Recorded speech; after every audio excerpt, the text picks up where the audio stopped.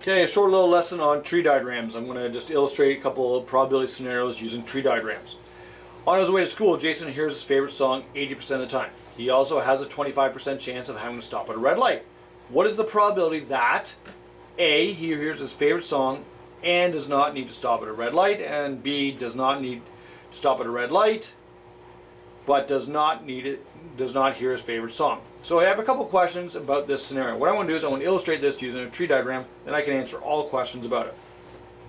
So he's an 80% chance of hearing his favorite song. So either he's going to hear it, so I'm going to put F for favorite song, or he does not hear it, and that'd be F prime, F not. Okay? And he has an 80% chance, 0.8, chance of hearing it, and that means he has a 20% chance of not hearing it. And then he has to stop at a red light. Okay, so stop at a red light, or he does not stop.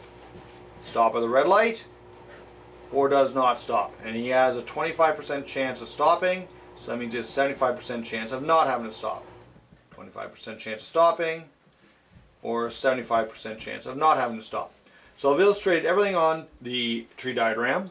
I put the probabilities on the tree diagram, so it'll help me answer the questions. First question was probability he hears his favorite song and does not need to stop at a red light. So you got favorite song and not stopping. So if I wanted to follow along the branches, I could then multiply 0.8 times 0.75. And so let's see, 0.8 times 0.75 gives you an answer of 0.6, or 60% of the time. So that'd be probability that he hears his favorite song and does not need to stop is 0.6. Does not need to stop, but does not hear his favorite song. So that'd be not hearing the favorite song and not stopping, 0.2 times 0.75, okay, which will give you an answer of 0.15. Okay, so I can answer my other question using that. So that's probability of favorite song not and not stopping is 0.15. Okay, now tree diagrams are very useful to A, illustrate the probability question, and B, if you have multiple things that are asked about the same scenario, I do the tree diagram, I've just got it all out there, and then I can follow along the branches to answer the specific questions. Okay. Second example here, Sarah and Jason are playing games of rock, paper, scissors. Sarah has a 60% chance of winning any of the matches. She's better than Jason at rock, paper, scissors.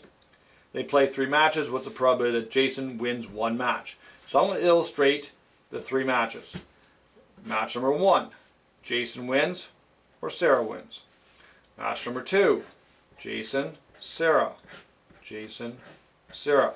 Match number 3, Jason, Sarah, Jason, Sarah, Jason, Sarah, Jason, Sarah. Okay, and then I can put the probabilities along here. So I have 0.6 for every one that Sarah wins. Okay, which means I have a 0.4 for Jason.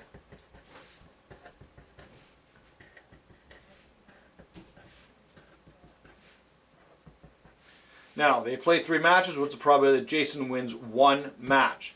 So I want to do the tree diagram. I can map it out. Here is one scenario that Jason wins 1 and Sarah wins 2. Then there's another one where, let's see, this Jason wins a 1, Sarah wins a 2. And lastly, that third branch where that happens. So you have, here you have 0.4 times 0.6 times 0.6. Then again I have 0.6 times 0.4 times 0.6. And thirdly, 0.6, 0.6, 0.4. Okay, so I multiply them out. I have 0.144, and I'm actually going to end up having it all 3 times because the probabilities did not change. That's not always been the case. If this is dependent probabilities and the probabilities would be altered as you go, then these would be all a little bit different. but they're independent probabilities, so the probabilities end up being the same. So my answer, probability of Jason winning at least one game, probability of Jason winning one game equals these three added together, which would be 0.432. Okay, so just a quick little lesson on using tree diagrams to illustrate probability questions. Thank you very much.